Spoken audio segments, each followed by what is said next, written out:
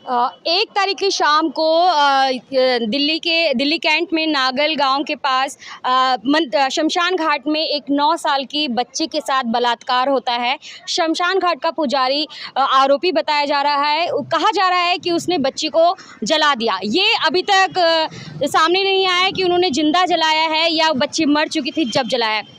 आज दिल्ली बंद का आह्वान किया गया है। हमारे साथ जुड़े हैं कुछ साथी जो दिल्ली बंद के समर्थन में आए हैं। मैं इनसे जानूंगी कि वो यहाँ किस लिए आए हैं और अब उनकी क्या मांग है सरकार से और प्रशासन से। सर, आप मुझे बताइए, आप दिल्ली बंद का समर्थन करते हैं? जी बिल्कुल, दिल्ली बंद का समर्थन किया जा रहा है। हम लोग अखिल भारतीय सफाई मजदूर कांग्रेस 72-62 से यहाँ आए हैं।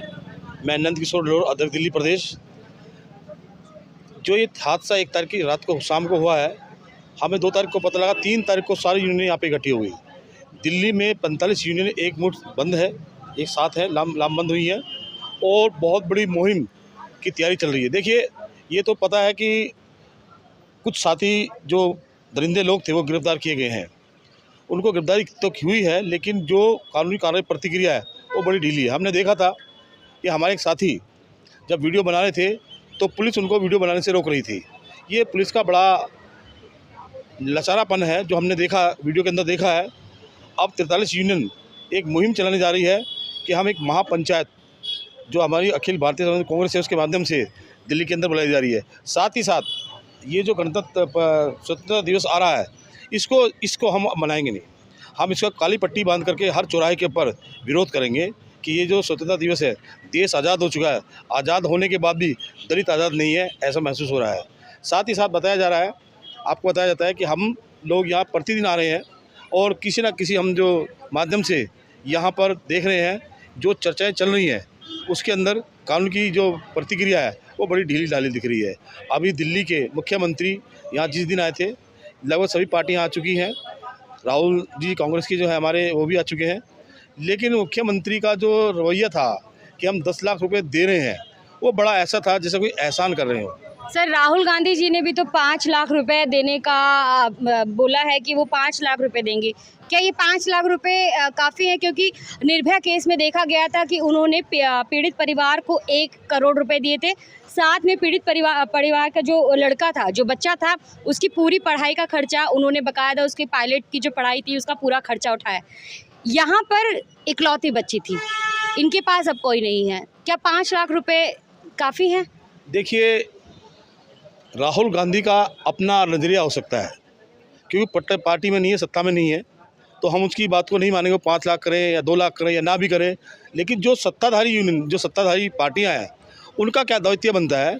ये जो निर्भया जब केस हुआ था तो पूरा दलित समाज सड़कों पर उतराया था, लेकिन आज दलित समाज की बेटी के साथ जो अन्याय हो रहा है उसको हम देख रहे हैं कि कुछ चंद लोग 1-1, 2-2 की संख्या में यहाँ पर आकर के अपनी आपत्ति दर्ज करा रहे हैं। चलिए, हम उनका स्वागत भी करते हैं। लेकिन बात निर्भया केस की आती है। निर्भया केस के अंदर इस टाइम कैंडल मार्च निकल रहा था इंडिया गेट के ऊपर, बहुत बड़ी संख्या के अंदर दलित समाज उसके अंदर शामिल था। और निर्भया को जब 1 करोड़ की सहायता राशि और एक फ्लैट का जब घोषणा की गई तो सभी लोगों ने सोचा कि निर्भया को इंसाफ मिल गया है। लेकिन निर्भया की माँ शांत नहीं बैठी थी, क्या आशा देवी जी, उन्होंने इस केस को लास्ट तक लड़ा। हम भी शांत नहीं बैठेंगे। अभी हमारे पीछे, अभी आपने देखा होगा, एक केस और हुआ था जिसको हाथरस केस कहा जाता था हमारी बेटी के साथ में। हमने उसके अंदर कुछ पुलिस के ऊपर विश्वास करके, जब हमने विश्वास किया तो उसके अंदर जो कमियां रही उससे उसको अभी तक इंसाफ नहीं मिला है। सर, आप हाथरस केस की बात कर रहे हैं। मैं बता दूं कि हाथरस केस में अभी भी पीड़ित परिवार को 150-200 सीआरपीएफ के घेरे में रखा जा रहा है। यहाँ पर पीड़ित परिवार को कोई भी सिक्योरिटी नहीं दी गई है, किसी भी तरह का कुछ पुलिस प्रोटेक्शन, क्या किसी भी तरह की कोई सिक्योरिटी नहीं। क्या आप इस चीज़ को कैसे देखते हैं? इसकी हम घोर निंदा करते हैं। दिल्ली पुलिस के आयुक्त महोदय से कहना चाहेंगे कि आप कानून के अंदर बैठे हैं, उस सीट पर बैठे हैं जहां से दिल्ली को लॉ एंड ऑर्डर की जिम्मेदारी आपकी है। और लॉ एंड ऑर्डर के ऊपर आप अगर जातिगत के ऊपर देख रहे हैं तो ये लॉ एंड ऑर्डर की कोई स्थिति नहीं है।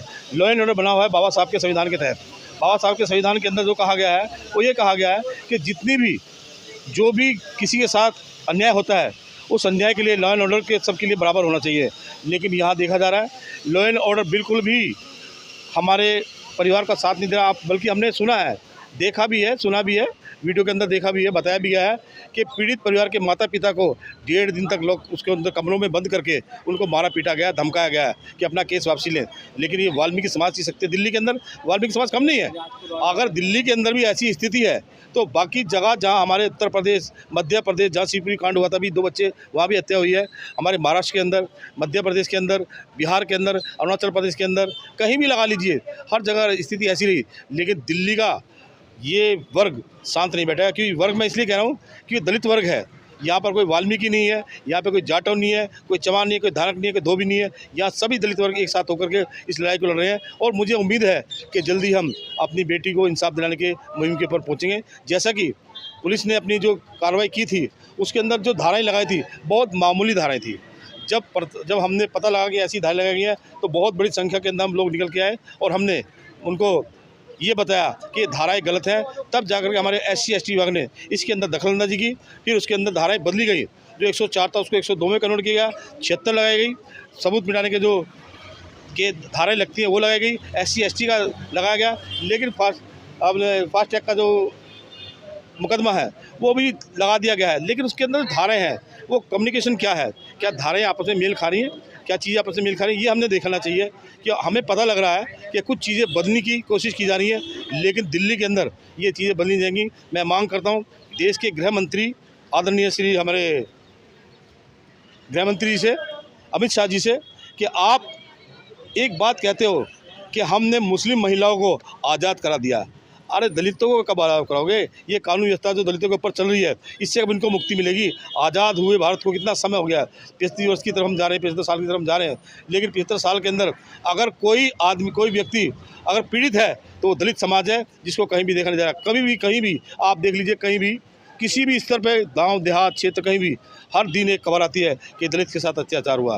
ये बड़ी निर्भय, ये बड़ी गलत बात है। हम इसी लेकिन सर यहाँ पे तो ये कहा जा रहा है कि ये दलित की बेटी नहीं है, अब इसको देश की बेटी कहा जाए, तो ये क्या सही है कि मतलब दलित की बेटी ना कह के देश की बेटी? भारत की बेटी है, ये भारत की बेटी है। मैं इस बात को कहना चाहूँगा, भारत की बेटी है, सारी बेटियाँ भारत की बेटी है।